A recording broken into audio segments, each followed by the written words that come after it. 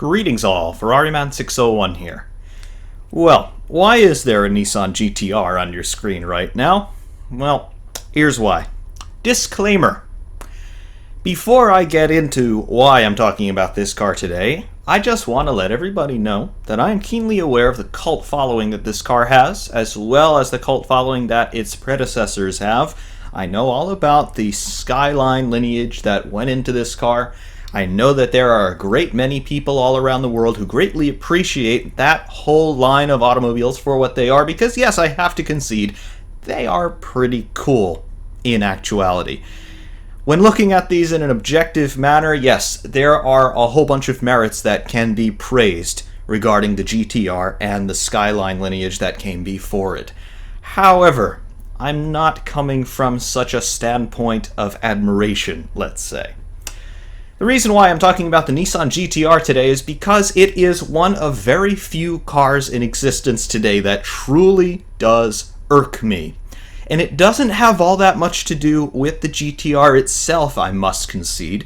It has more to do with the company that produces it, Nissan. Yes. In the interests of full disclosure, I do have to confess that quite recently, I just concluded my tenure working for Nissan, working at a dealership here in New Jersey, and I've got to say that, well, the working experience at the place itself and interfacing with the people with whom I had to work on a daily basis was not at all a bad experience.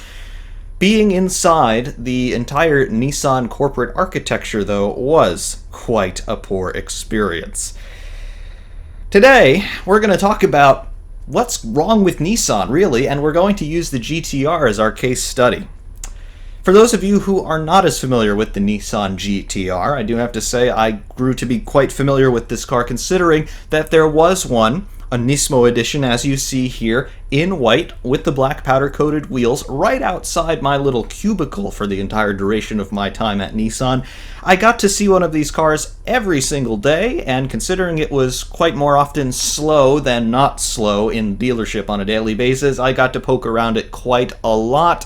I've also driven one, been driven in one, and, well, yeah, I know this car pretty well. I even tried to sell it on a couple occasions, but it was never successful. We'll get into why perhaps that was the case. This is the Nissan GT-R.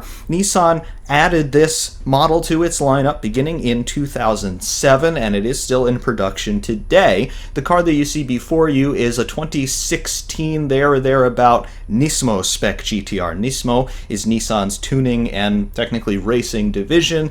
Just like AMG is with Mercedes, etc., etc., you get where that's going. The GT-R, it is powered by a 3.8-liter twin-turbo V6 engine. That is the VR38DETT, for those of you who are interested. It's putting out, in this Nismo spec, about 600 horsepower. It's really around 594-ish, but nearest makes no difference, 600 horsepower. So, quite a bit of power in this thing. Again, 2 turbochargers as well.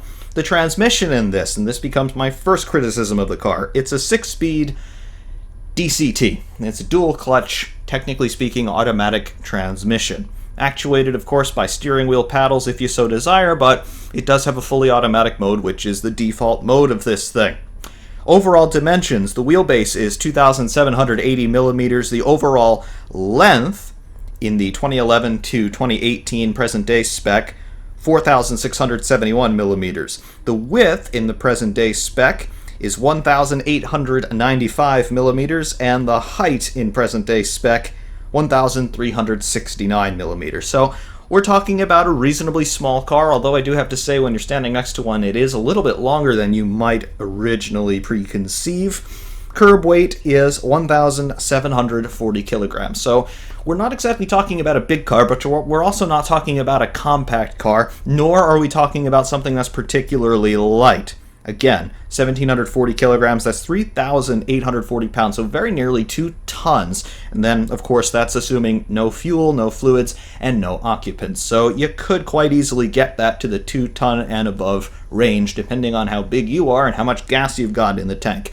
Of course, the immediate predecessor to this car is the Nissan Skyline GT-R.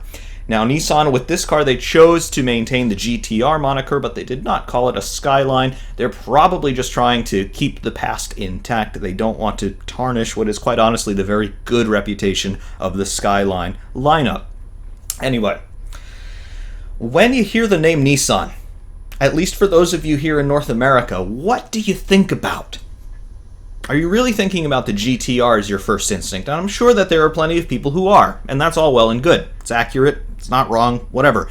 But when I hear the name Nissan, both before and after I had my little tenure with them, I was not thinking about the GTR.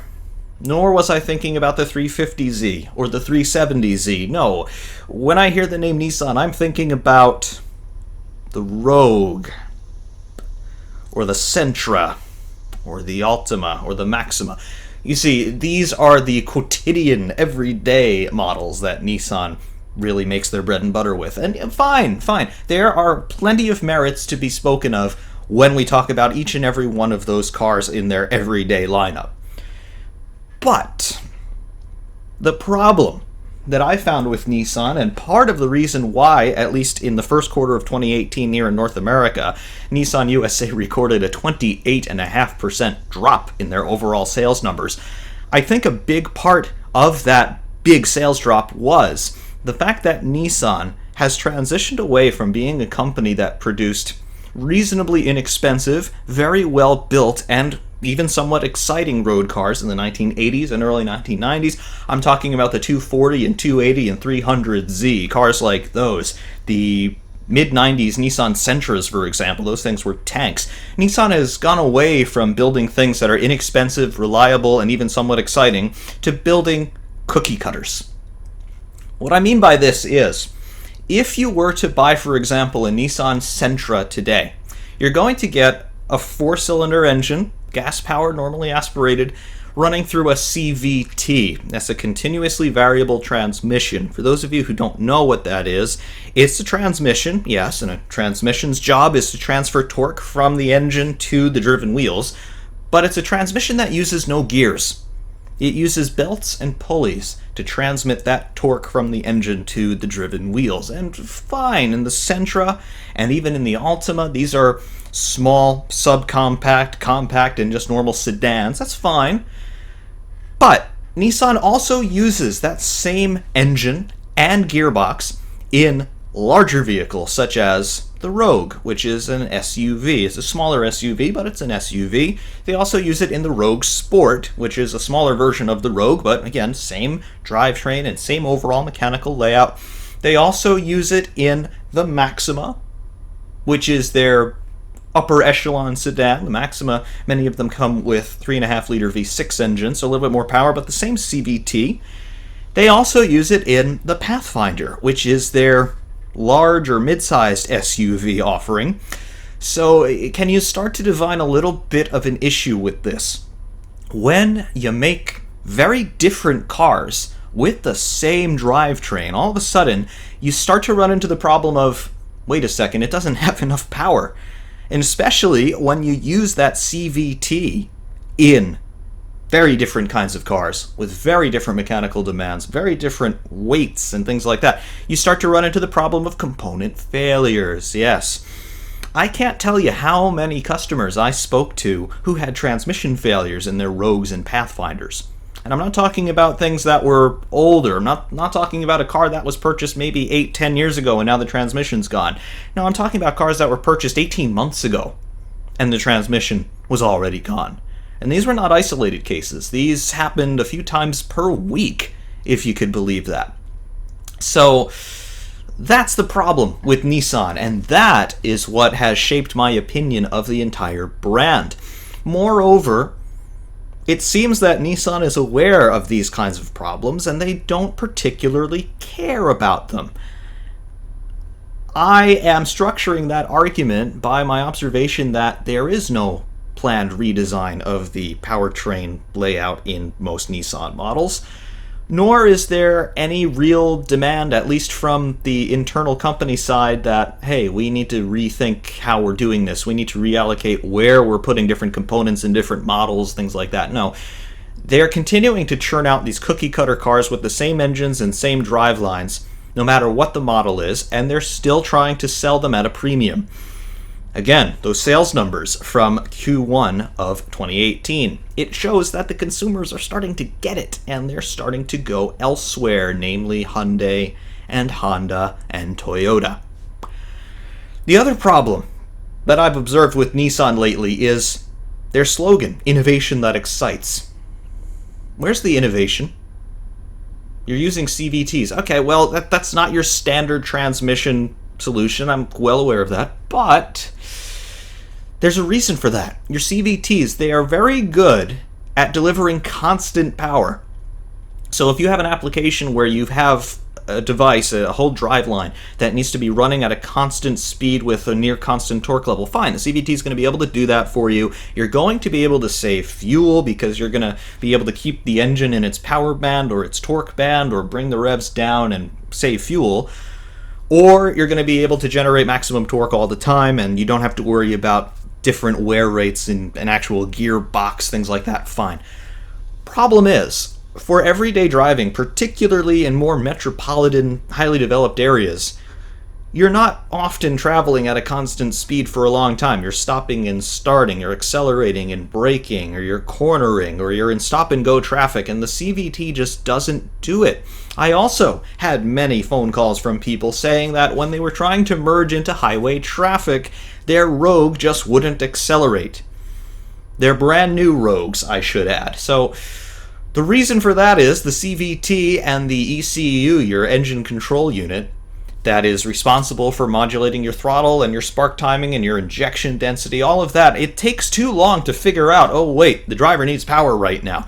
That gap could be upwards of 3 seconds, and if you're trying to shoot a gap into traffic, 3 seconds is way too long of a time. So basically, Nissan today is making cars that are underpowered, too heavy, too slow, and extremely boring. That is why I have a problem with Nissan, and ultimately that is why I have a problem with the GTR. Because look at what this is. This is trying to be anything but underpowered, slow, and boring. Unfortunately, the logo on the front bonnet greatly undermines it in its task there. Now, the GTR itself, in terms of what the car is and what it is not, well, it's not a people carrier, it's not a family car, it's not a sedan, it's not an SUV, it's not a godforsaken crossover. It's supposed to be a two-door 2+2 coupe, and it is. Fine, and it does a very good job of masquerading itself as perhaps one of the Porsche or Ferrari slayers of the world. Problem is, there are concessions made even in the GTR, and I understand.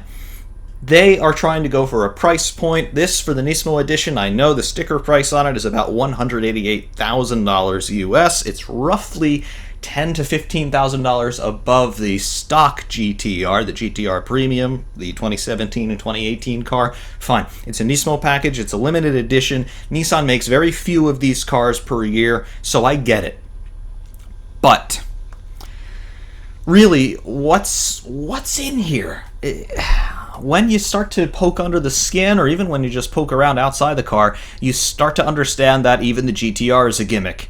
You might have noticed all of this carbon trim around the lower valance, the side skirts, the front wing there. There's carbon galore here, and it's very expensive. That carbon trim is another $10,000, and that accounts for almost all of the price difference between the standard GTR and the Nismo GTR. Problem is, though, when you take a closer look at all of these carbon components, yes, they are real carbon, but you'll notice that they are exactly the same in their size, shape, and overall specification as all of that trim on the standard GTR. So you're not actually gaining any performance. Perhaps you're saving a few pounds in weight, but for the moment, doesn't appear to be so. Curb weight on this thing is still around 3,800 pounds, so maybe you have saved 40 pounds over the stock version. Is that worth $10,000? No, it's really not, in my estimation. Another thing that you'll notice if you ever get the chance to poke around one of these cars in reality, you'll see these intakes here on either side of the main grille work on the front end. Now, yeah, sure, this one over here, this is functional. We're clearly feeding a radiator of some sort, maybe an oil cooler, something like that. Not entirely sure. I didn't really get into the mechanical layout of this, but yeah, you can see there's a duct there. Problem is, on the real car anyway, you come around to this side and you see, yeah, this is actually blanked off in reality. So this intake is actually non-functional. You can see Kunos here, they kind of tried to make it look a little bit like it does something, but in actuality it doesn't. And, well, yeah, that'll put you off if you ever get to poke around one of these for any length of time. Come around to the side, you will see the wheels. They're very nicely put together, I must say. Big Brembo brakes, 6 piston calipers in the front, 4 piston calipers in the rear. Yep, they look pretty stupendous. On a lot of the Nismo models, in addition to the slotted rotors, you'll also see that they're cross-drilled. Yeah, all of that looks absolutely fine. Problem is, again, is it worth an extra $10,000? Not really. Plus, those upgraded brakes are something that you can get on the standard GTR anyway. Come across to the midsection of the car. See these mirrors here, the black mirror fairings. You might think they're carbon, but they're not. They're just painted plastic. So again, the black mirrors on the Nismo package, $10,000 package, remember. You don't even get carbon mirror fairings there for all of your trouble. You see what I mean? You start to take this car apart and you see that even here in the premier offering of the Nissan lineup, there is corner cutting galore, and it's really annoying. You get back to the rear wing. Surely this is going to be a performance gain, right? I mean, it's a big carbon wing. It covers the entire length of the rear track there. It looks pretty stupendous. Problem is, if I can implore you to take a look at the rake of this wing, it's pretty much flat. Yeah. Get to the underside of the wing, it's still pretty much flat. You see these big end fences here. How come they're down here and not coming above the wing in this section, sealing the top aero surface of the wing? Well, I can't answer you that question, but I do know that because the angle of that wing is pretty much flat, I know that there's no downforce gain. If anything, this wing is generating drag, and that's exactly what you don't want in a car that's designed to go fast. So basically, for your extra $10,000 for the Nismo package, you get carbon bodywork that doesn't do anything differently from the standard bodywork on the standard car, and you get this gigantic wing, which is basically a parachute. Definitely, the Nismo package is not worth it. Again, you get to the back end of the car, more carbon trim here. You may think with this big tunnel out the back, oh wow, look, that's a big diffuser. Surely that's going to be downforce generation. Take a closer look underneath the car and you'll see actually no. There's no diffuser here, there are no strakes under the car, no nothing. Now, of course, I understand that there are regulations that road cars have to fit within. Obviously, you can't be having big winglets and big veins coming out of the bottom and things like that. You can't be throwing up debris into the faces of cars following behind you on the road. But why go through the trouble of creating an appearance like that if you're not going to go through the trouble of creating any sort of functionality? Well, I don't know. This car is aimed at the PlayStation generation. It truly is. Obviously, this car, being in the Gran Turismo series over the years, being in the Need for Speed series, there are a whole bunch of kids that grew up thinking that this car was the greatest thing in the universe, and now some of those kids are independently wealthy, and they're able to afford one of these, and they'll buy them sight unseen just because it's a GTR, and they'll sit in a garage forever because they'll look at it as an investment. That's exactly what a car is not supposed to be. A car is meant to be driven. I don't care how inexpensive or how expensive it is. Cars are meant to be driven and enjoyed and shown off to other people who will appreciate them as well. This thing is going to end up being a trailer queen, particularly the Nismo edition. However, my biggest criticism of the car, well, there are two actually. One, we'll open up the doors, take a look at this interior. Okay, it looks fairly well appointed. Big time lumbar and lateral supporting seats, all that looks good. But we'll go inside here, and we'll give you a little bit more of a view of what's happening with this. Close the doors up, and you take a look. Sun glare is going to take away a little bit of our view of the dashboard, but that's okay. Pretty Spartan, and again, you wouldn't expect to have too many bells and whistles in a car like this. I mean, after all, it's supposedly designed to go fast, right? Well, let me explain. You see that big screen in the center there? The page in Assetto Corsa is showing us our turbo boost pressure. It goes up to about 1 bar, so 1 atmosphere, 14.7 psi in old money. Okay, fine. Problem is, that center screen, which is actually easier for your passenger to read than it is for you to read as the driver, It's not showing you any of the information that you have on the actual dashboard that's solely meant for the driver to see. There you've got a speedometer, a tach, you've got a fuel gauge, you've got a water temp gauge, and you've got a gear indicator, and that's it. No boost pressure, no nothing. So immediately they are taking some of the performance data away from the driver. In addition to that, you can see that we have a flappy paddle gearbox, as we mentioned. That gearbox also, it's powering all four wheels. So here's a sports car that's four-wheel drive all the time. Yes, I know they're going to talk about the variable center differential where it can torque vector between the front and rear. Problem is, you show this car a corner and it just plows straight on. It does not have the best chassis dynamics, and that four-wheel drive system means that you really can't get on the power too early through the corners. Definitely hurting lap times out there on the track. Biggest criticism of all, though, have a look at this steering wheel. First of all, it's almost identical to the steering wheel that you'll get in any other Nissan car, namely the Sentra. Okay? The Sentra Nismo, they have a Nismo trim of the Sentra as well. Alcantara wrapped, it looks very good. Problem is, it's the same steering wheel that you get in the GTR. For a $100,000 plus price difference, that's not good, guys. In addition to that, look at all those buttons on the steering wheel. How many can we count, not including the paddles at the back? 1, 2, 3, 4, 5, 6, 7, 8, 9, 10, 11, 12, 13, 14, 15, 16, 17, 18 buttons on the steering wheel, not including the paddles. That brings it up to 20. What do those buttons do? Surely they're for toggling between different drive modes, telling the gearbox to shift a little bit faster, adjusting the clutch bite point, things like that. No, they're actually for controlling your phone.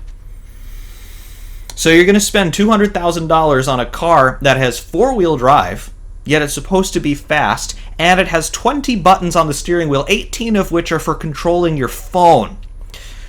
Why does a sports car have so much of a preoccupation with your phone? I don't know, but that is what Nissan have chosen to do. You go into LaFerrari, for example, and I know that this car is nowhere near the league of LaFerrari, but you'll see a lot of buttons on that steering wheel too. But what do those buttons do? They change the way in which the car is going to be operating, because it's the steering wheel, the most fundamental control in a car, and the functions on it are devoted to driving the car. What a concept. Here, Nissan is helping you text and drive, basically, in your $200,000 wannabe hypercar. Yep, that is innovation that excites, as far as I'm concerned. And is it exciting? No, it is not, nor is it particularly innovative. However, that is what we've got in this thing. The Nissan GTR. Yeah, it really irks me, if you haven't been able to tell that by now. To continue the irksomeness of this vehicle, we have got to go drive it, which we shall do presently. Welcome to Vallelunga. I've chosen this circuit because I think it's a decent blend of corners and straights and big braking zones and little stop-start sections, so it should be a pretty good indicator of where a car's strong and weak points should be. So, without further ado, let's get into the setup screen and show you what's going on here with the GTR Nismo. Gearbox. Non-adjustable ratios, of course, so 6-speed box, 313 kilometers an hour, your theoretical top speed there in 6th gear. Tires, we have Hypercar Road, and it is the only compound we can choose from. Default pressure at 30 psi, we can go down to 15 and all the way up to 40 if we so desire. Fuel, zeroed out to keep the engine quiet. Maximum fuel capacity is 74 liters, though, so not the biggest fuel tank. Then again, I don't think Nissan are exactly thinking that people are going to go on long-haul cruises with the GTR.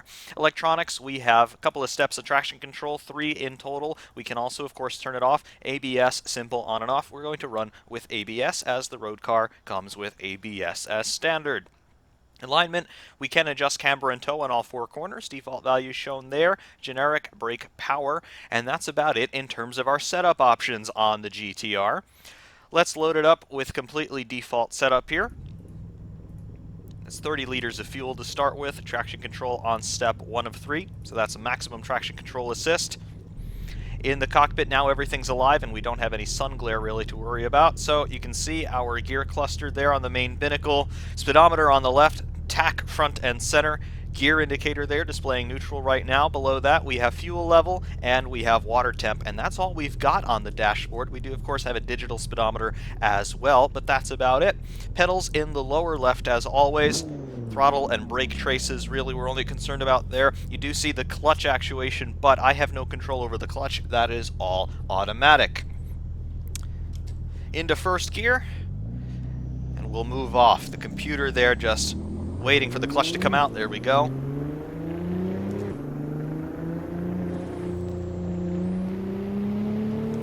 And once the pit service screen goes away, you'll see that center screen on the dash. There we go. In the real car, that center screen can be customized to show you all sorts of different information. It is basically a readout of the OBD system, the onboard diagnostic system. That is what all of your state inspection stations will be plugging into to make sure that you've passed emissions. But also the GTR allows you to see a lot of that data on the fly. As you can see there, it's showing us our turbo boost pressure numerically, as well as our speed readout in kilometers per hour and a clock.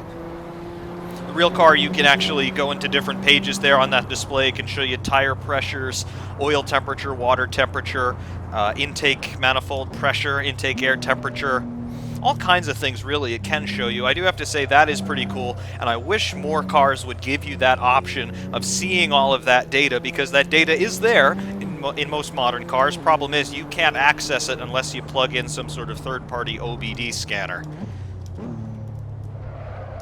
Running at low speeds, you can see already, that's the understeer problem. Four-wheel drive car like this, with full-time four-wheel drive, you're going to get armfuls of understeer, as you shall soon see.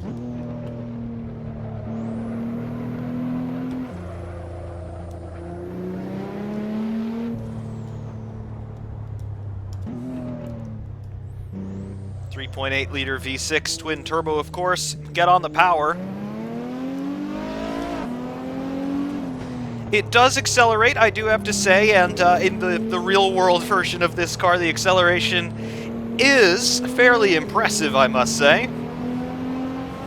Especially when you're just on public roads and trying to deal with normal traffic, you do get some acceleration, I will say that. Out of the corner to begin our first flying lap. We're not going to be looking at lap times here because there's no real point. Into the first real complex, turn 2 here at Vallelunga. You can see there is that understeer. About 190 kilometers an hour through the corner. Now on the brakes, big brakes, ABS going to be working overtime. Braking performance in this car in a straight line, it's also fairly impressive, I must say. However, when you start to couple that braking with cornering, that's when the weaknesses in the four-wheel drive system, the VCD, the variable center differential, and just the overall chassis dynamics, that's where things start to fall apart. See here, 80 kilometers an hour, understeer. I can't get on the power, though, because of that four-wheel drive system. It's putting just as much power into the front axle as it is into the rear.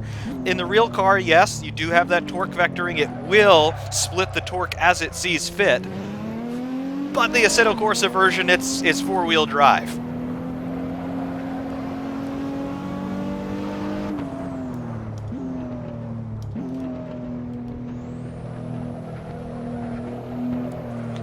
See how long it takes you to get back on the power, even at low speeds. And before you turn in, you want to make sure you're completely off of the brakes. You can't do any of that braking and turning business in this. I try that, and the thing just starts to plow way too much.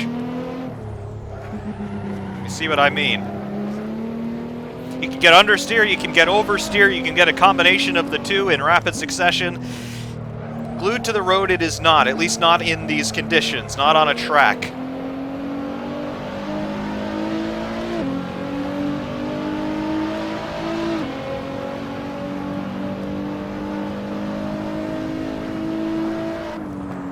Into the corner, get it, you gotta push it down to the apex almost.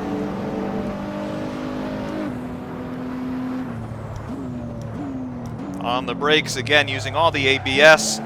But you see, when you blend the turn-in and the braking, it just wallows itself wide away from the apex. You're chasing the car a lot. Now, of course, you can drive around that. You can brake a little earlier. You can come off the pedal a little bit earlier just to get that weight back towards center so you don't overwhelm the front tires. I mean, here, obviously, the turn-in is a whole lot smoother, much more linear, but look at how much speed we're not carrying. It's not meant to go around corners very quickly. If you're going to go out for all-and-out lap time, this is going to be disappointing, and at low speeds, this is the worst. Look at how it just sails away from the apex the whole time.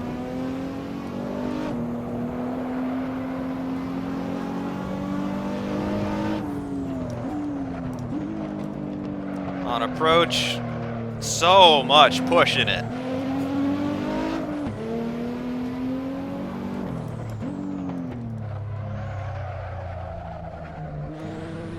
Gotta wait so long to get back on the power. And remember, this is a $200,000 car that's marketing itself on being track focused. It's just not. It just wallows all over the place. Look at that understeer. You have to wait so long to pick up the throttle. Turn the traction control off. We can start to have a little bit more fun, but I will caution just a little bit more fun.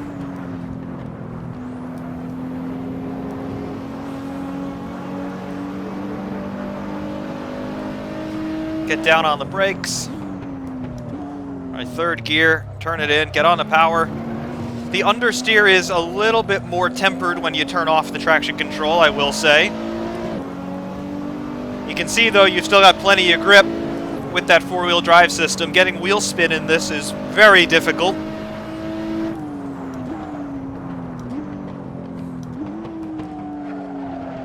Even in second gear, you get on the power, you don't get that much wheel spin. A little bit there.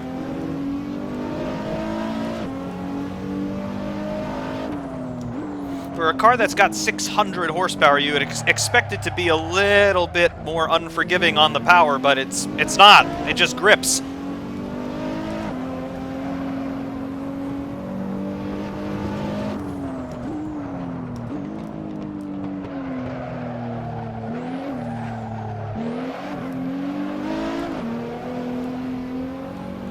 Four-wheel drive system comes in. The oversteer that you can get under acceleration out of low-speed corners is immediately stamped out.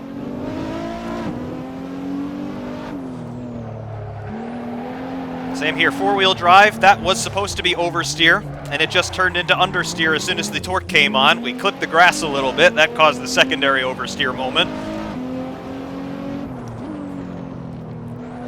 It's just... look at that! Look at how much lock you've got to put in to get the thing to turn!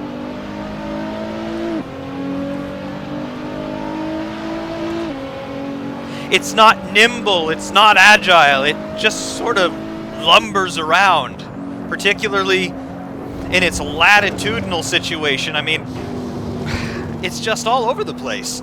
It's not an easy car to control with any degree of precision. It's very much like a sledgehammer. Problem is, it's a sledgehammer that doesn't weigh an awful lot. There's not a whole lot of impact behind it. The car doesn't have a whole bunch of explosive power, not nearly as much as you would expect from 600 horsepower under the bonnet. I think a lot of that has to do with just how heavy it is. Remember, 3,800 pounds, and depending on how much you weigh as the driver, and if you've got a passenger on board, and if you've got a lot of fuel on board, this car weighs 2 tons.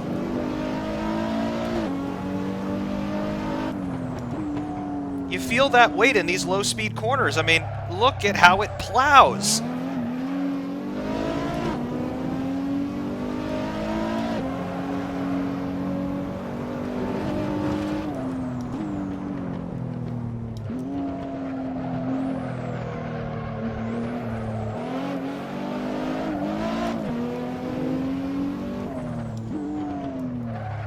Just, no.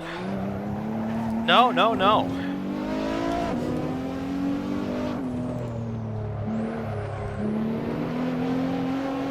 It just doesn't do what I want it to do. I'm constantly reacting to the car. I want the car to be reacting to my input. I don't want to be chasing the thing all around. But through every corner, I'm chasing that understeer. And quite counterintuitively, one of the ways that you counter understeer in this car is to floor the throttle, because you got four-wheel drive, and it goes against a lot of your instincts in terms of car control. If you've got understeer, generally the last thing you want to do is just nail the throttle, but that's what you do in this thing, and it seems to be the fastest way through a corner. Again, it's that PlayStation generation again. It's that stop-start, on-off sort of mentality on the controls. It's not really the refined sense of car control where your inputs have to be very measured and very gradual, and small adjustments on the controls translate into big gains in terms of where the car is on the road. This, it's all macrocosmic adjustments, big adjustments on the steering, big adjustments on the throttle, slamming the brakes on and off. It's very uncouth. It's not like trying to balance, I don't know, let's say a Ferrari GTO, for example, with just the slightest crack on the throttle to change that slip angle through a corner. It's a very different car than that. It's not even very much like the four-wheel drive Lamborghinis that we have. I mean, yes, they also have the understeer issues, but even though they've got the same horsepower as this for the most part, weight distribution is completely different. First of all, they're lighter, and even when they are a little bit on the heavier side, the weight is distributed very differently. The engine's in the middle rather than over that front axle, so you don't get that just natural propensity to push as you get in a car like this. Everything is much more neutral. This has a lot of front weight bias, and it really just shows in how much you have to wait for the front axle to pick up again as you're going mid-corner. It's just... it's not at all my cup of tea.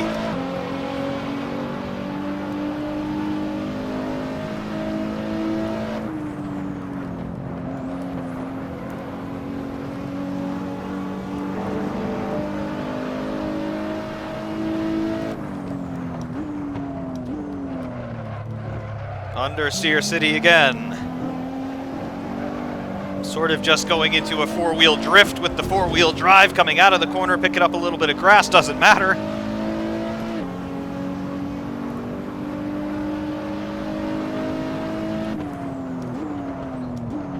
I will say, there are two things this engine does very well. Turbo boost pressure builds up pretty quick. Again, twin turbo, so there's not much lag. And the engine sounds pretty nice. Wish it would rev a little higher. But I guess that's okay. It's a road engine. We need reliability after all.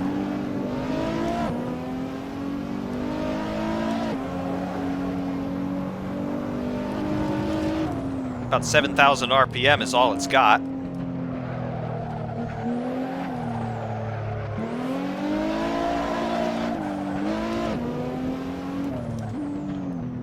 It's just got so many things that I don't particularly like.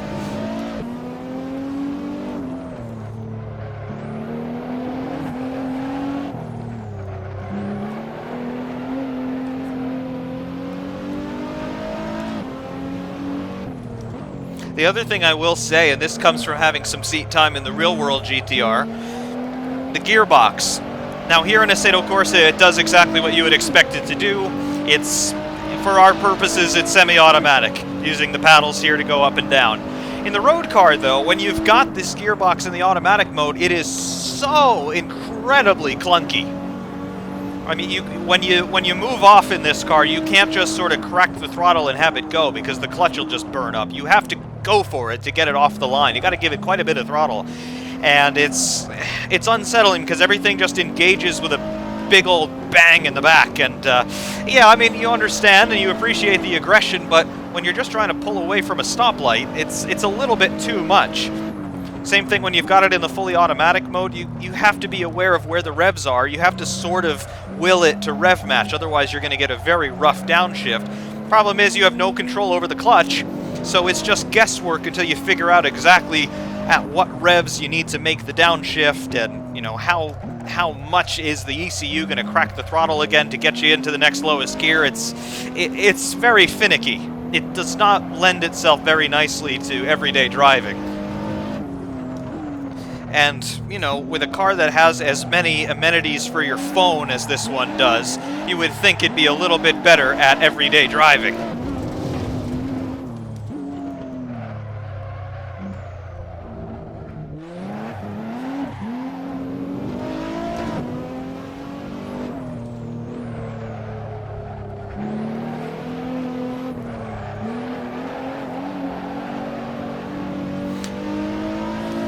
one thing that does save it, in my estimation, comparing it to its Nissan brothers, it doesn't have a CVT. That is the one thing that this car doesn't have that most other Nissans do. Again, the only other cars that Nissan makes presently that don't have the CVT as standard equipment: the base model Versa with the manual gearbox, the base model Sentra with the manual gearbox, the 370Z, and the Armada, which is their biggest SUV. That thing has got the 6-speed actual gears in the box, gearbox. And, well, they tend to have far fewer problems than their CVT brethren. Just saying.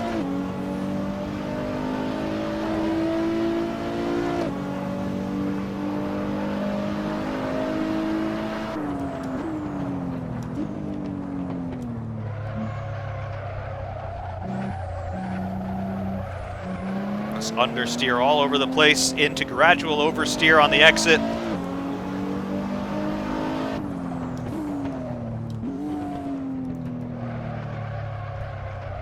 Low speed corners, not its friend at all.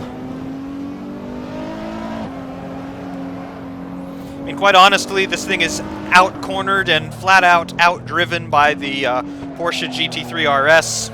Again, another 6-cylinder car with a flappy paddle gearbox. That car is at least 2 seconds a lap quicker at most circuits. And considering it's roughly the same price, I have no idea why you'd buy this. Seems to me that the only people who have bought the GTR and who will ever buy a GTR are the people who specifically want a GTR, for whatever reason that may be. Maybe you're a collector, maybe you just absolutely love this car for whatever reason, but this car is not going to outsell its competition. It's not going to outsell the GT3 RS on merit. And for not all that much more money, you can start to get yourself into Ferrari 488 territory.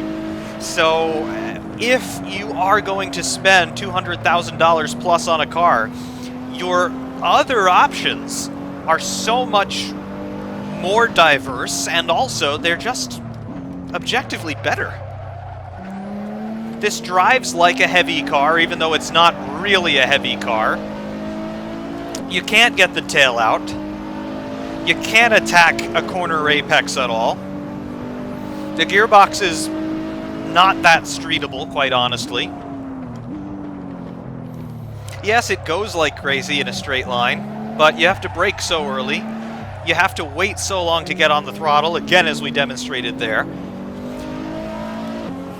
GT3 RS Porsche, it's going to give you a whole lot more fun for roughly the same money. And again, for not all that much more, you can be in Ferrari 488 territory, you can be in McLaren territory. I mean, there are a lot of cars you could buy at this price point that are just fundamentally better. And that's something that I know a lot of the Nismo guys and the GTR guys and the Skyline guys, I know that's something that you're not going to want to hear, but it seems to be true by my estimation. And again, when you consider that this car came out of the same factory that also makes the Rogue, you do have to remember, well, it's still a Nissan. It's sort of falling victim to the same thing that befell the Lexus LFA. Yes, that's a fantastic car, fundamentally different from the GTR in pretty much every way, but it's still a Lexus. Just like this is still a Nissan. You'll notice that they went to great lengths to hide any Nissan logos from the interior. You don't see Nissan on the steering wheel, you see GTR on the steering wheel. There's a reason for that. They're trying to distance themselves as much as possible from what the car actually is. But at the end of the day, if you valet this car at a party and they need to move it for some reason, you're going to get an announcement as you're enjoying your cocktail with the pretty girl across from you. They're going to say, "With the owner of the white Nissan, please report to the front door." How's that going to make you feel?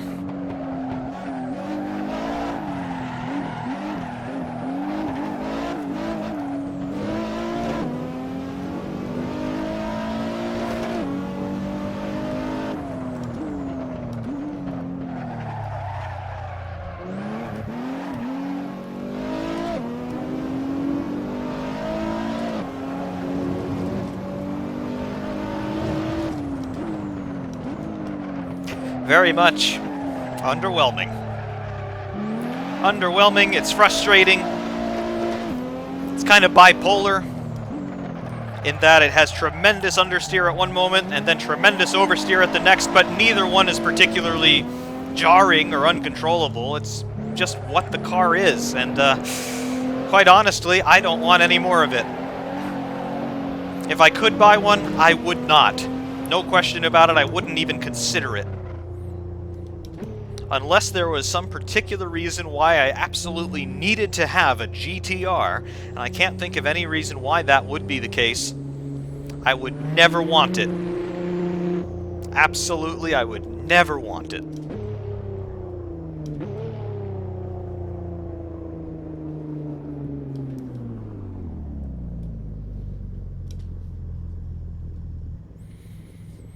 Absolutely 100% no in my book. I don't like it. There's really nothing that I like about it. The engine's pretty good. The engine sounds pretty good.